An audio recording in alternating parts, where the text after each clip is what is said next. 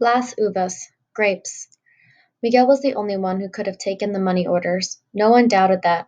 Alfonso apologized to Esperanza, but Mama graciously said that Miguel must have needed the money to get to Northern California. Alfonso promised the money would be paid back, one way or another, and Esperanza knew it would be, but she was angry with Miguel. How dare he go into Rivales and take what was not his, and after all her hard work? Mama seemed to get a little stronger every day, although she still took many naps. Hortensia was happy that she was eating well, and every day Esperanza brought home just picked fruit to tempt her. A few weeks later Esperanza stood on the shed dock in the morning and marveled at the peaches, plums, and nectarines that poured into the shed. How will we ever sort them all? She asked. Josephina laughed. One piece at a time. It gets done. They started with the small white clingstone peaches, and then the larger yellow Albertas. Mamma loved the white peaches, so Esperanza set aside a bag for her. Then after lunch they sorted the flaming gold nectarines. Later that afternoon they would still have to sort a few bushels of plums. Esperanza loved the elephant heart plums, mottled green on the outside and blood red on the inside. They were tangy and sweet at the same time. She stood in the midsummer sun during her lunch break and ate one, bent over so the juice wouldn't run down her chin. Josefina called to her. Mira, she said, look, there's Alfonso. What is he doing here? Alfonso was talking to one of the supervisors. He had never left the fields in the middle of the day and come back to the sheds. Something must be wrong, said Esperanza. Maybe it is the babies, said Josefina, and hurried toward him. Esperanza could see them talking and slowly began walking toward them, leaving the line of women and the stacks of lugs and plums. She tried to read from Josefina's expressions whether something was wrong. Then Josefina turned to her, to look at her. Esperanza felt the blood drain from her face, and she suddenly knew why Alfonso was here. It had to be Mamma. The doctor had said she could have a relapse. Something must have happened to her. Esperanza suddenly felt weak, but she kept walking. Is it Mamma? No, no, I didn't mean to alarm you, Esperanza, but I need you to come with me. Hortensia is in the truck. But it's so early. It's okay, I talked to the supervisor. She followed him to the truck. Hortensia was waiting inside. We got a message from Miguel, she said. We are to meet him at the bus station in Bakersfield at 3 o'clock. He said he's coming from Los Angeles and that we should bring you. That's all we know. Well, why would he want me to come? Asked Esperanza. I can only hope that it is to apologize for his actions, said Hortensia. It was over 100 degrees. Hot wind whipped inside the cab. Esperanza felt the perspiration sliding down her skin beneath her dress. It felt strange to be riding to a town on a workday, breaking her routine in the sheds. She kept thinking of all the elephant hearts that the others would have to pack short-handed. Hortensia squeezed her hand. I can't wait to see him, she said. Esperanza offered a tight smile. They arrived at the bus station and sat on the bench in front. The clerks all spoke to one another in English, their hard, sharp words meaning nothing to Esperanza. It always startled her when she heard English, and she hated not knowing what people were saying. Some day she would learn it. She strained to hear each announcement that was made, finally hearing the words she was waiting for, Los Angeles. A silver bus turned the corner and pulled into the bay in front of the station. Esperanza searched through the passengers seated on the bus but couldn't see Miguel. She and Hortensia and Alfonso stood up and watched everyone get off, and then finally there was Miguel standing in the doorway of the bus. He looked tired and rumpled, but when he saw his parents he jumped from the steps, grabbing his mother and hugging her, then his father, clapping him on the back. He looked at Esperanza and smiled. I have brought you proof that things will get better, he said. She looked at him, trying to be angry. She didn't want him to think she was glad to see him. Did you bring back what you have stolen? No, but I brought something better. Then he turned to help the last passenger from the bus, a small, older woman trying to get down the steep steps. The sun reflecting off the shiny bus glinted in Esperanza's eyes. She shaded them with her hand, trying to imagine what Miguel was talking about. For a moment she saw un fantasma, a ghost of Abuelita walking toward her, with one arm reaching out to her and the other pressing on a wooden cane. Esperanza, said the ghost. She heard Hortensia suck in her breath. Suddenly Esperanza knew that her eyes were not deceiving her. Her throat tightened, and she felt as if she couldn't move. Abuelita came closer. She was small and wrinkled, with wisps of white hair falling out of her bun at the back of her head. Her clothes looked mussed from travel, but she had her same white lace handkerchief tucked into the sleeve of her dress, and her eyes brimmed with tears. Esperanza tried to say her name, but couldn't. Her throat was cramping from her emotions. She could only reach out for her grandmother and bury her head in the familiar smell of face powder, garlic, and peppermint. Abuelita, Abuelita, she cried. Aquí estoy. I am here, mi nieta. How I have missed you. Esperanza rocked her back and forth, daring to believe it was true, looking at her through tears to make sure she was not dreaming, and laughing, finally, laughing and smiling and holding her hands. Then Hortensia and Alfonso took their turns. Esperanza looked at Miguel. How? She asked. I needed to have something to do while I waited for work, so I went for her. After they pulled into camp, they escorted Abuelita into their cabin, where they found Josefina, Juan, and the babies waiting. Josefina, where's Mama? It was warm, so we settled her in the shade. She fell asleep. Isabel is sitting with her. Is everything all right? Hortensia introduced Abuelita to Juan and Josefina, whose faces lit up. Esperanza then watched her grandmother look around the tiny room that now held the pieces of their new life. Isabel's pictures on the wall, a bowl of peaches on the table, the baby's toys underfoot, Papa's roses in the coffee can. Esperanza wondered what Abuelita thought of the sad conditions, but she just smiled and said, Please take me to my daughter. Esperanza took Abuelita's hand and led her toward the trees. She could see Mama reclining in the shade near the wooden table. A quilt was spread on the ground nearby where the babies usually played. Isabel was running back from the vineyard, her hands full of wildflowers and grapevines. She saw Esperanza and ran toward her and Abuelita. Isabel stopped in front of them, her face flushed and smiling. Isabel, this is Abuelita. Isabel's eyes widened and her mouth popped open in surprise. Do you really walk barefoot in the grapes and carry smooth stones in your pockets? Abuelita laughed, reached deep into the pocket of her dress, pulled out a flat, slick stone, and gave it to Isabel. She looked at it in amazement, then handed Abuelita the wild flowers. I think you and I will be good friends, Isabel, yes? Isabel nodded and stepped aside so Abuelita could go to her daughter. There was no way to prepare Mamma. Esperanza watched Abuelita walk to where Mamma slept, resting on the makeshift lounge. She was framed by the vineyard, the grapes ripe and ready to drop. Abuelita stopped a few feet from Mamma and looked at her. A stack of lace carpetas was at Mamma's side, as well as her crochet needle and thread. Abuelita reached out and stroked her hair gently, pulling the loose strands away from Mamma's face and smoothing them against her head. Softly, Abuelita said, Ramona? Mamma did not open her eyes, but said as if she was dreaming, Esperanza? Is that you?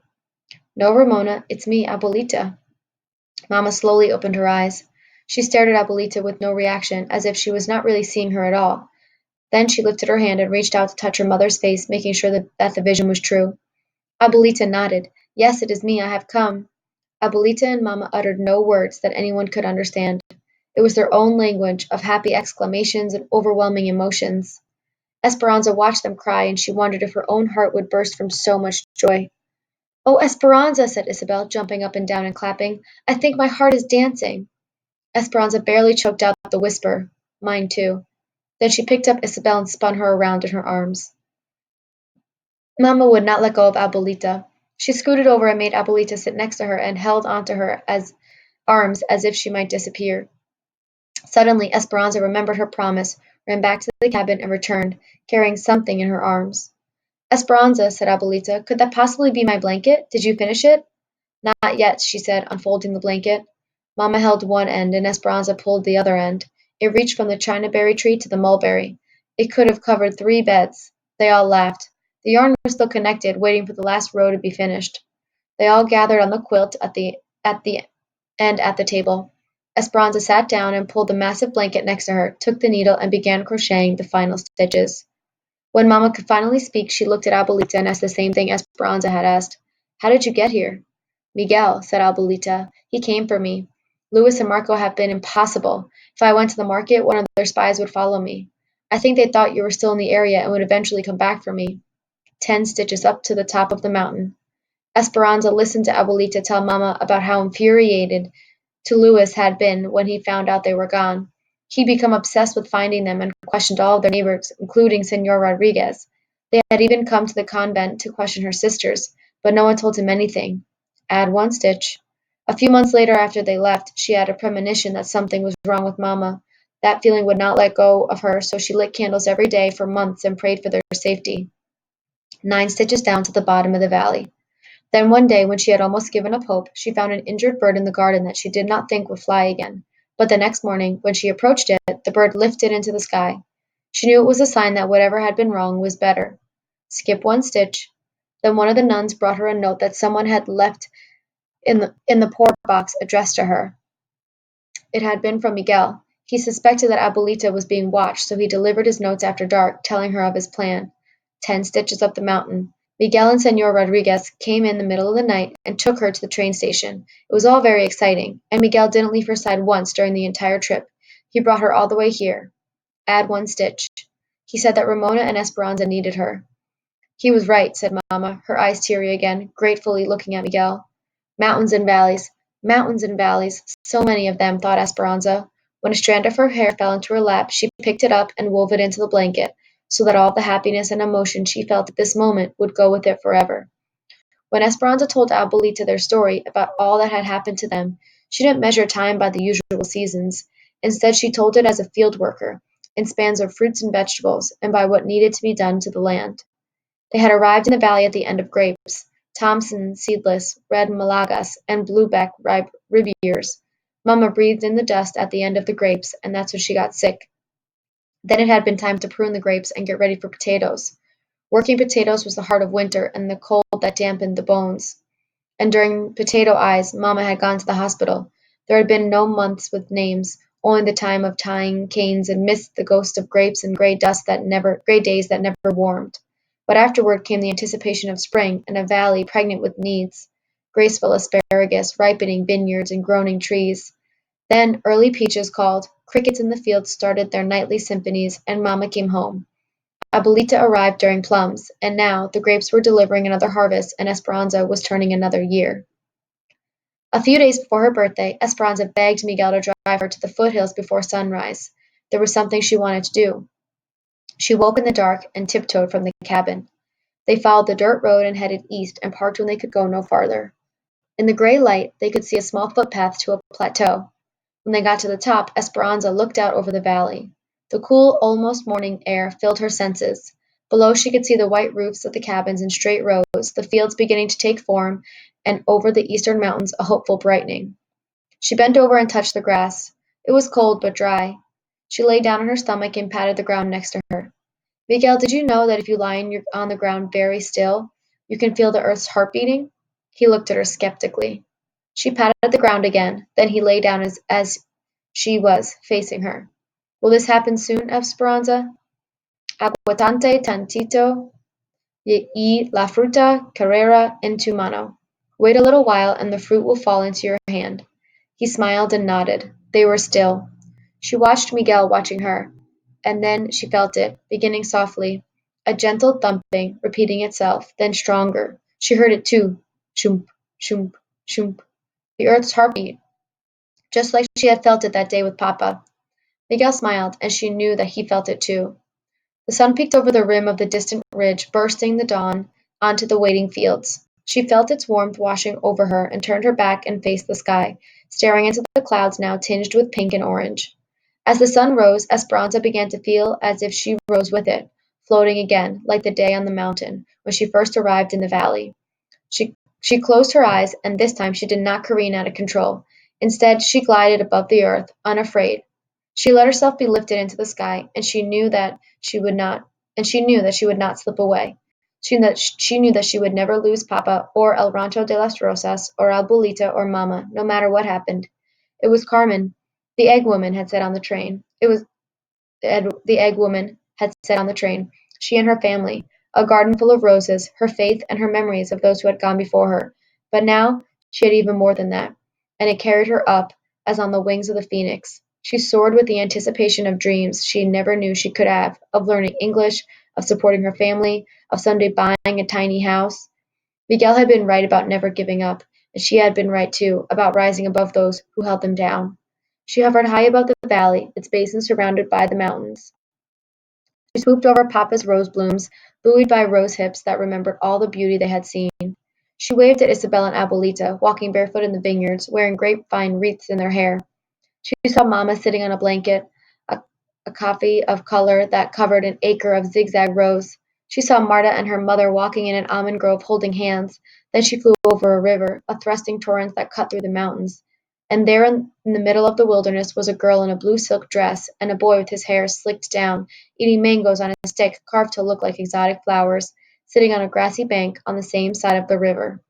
Esperanza reached for Miguel's hand and found it, and even though Her mind was soaring to infinite possibilities. His touch held her heart to the earth. These are the morning songs which King David used to sing to all the pretty girls. We sing them here to you. Awake, my beloved, awake. See, it is already dawn.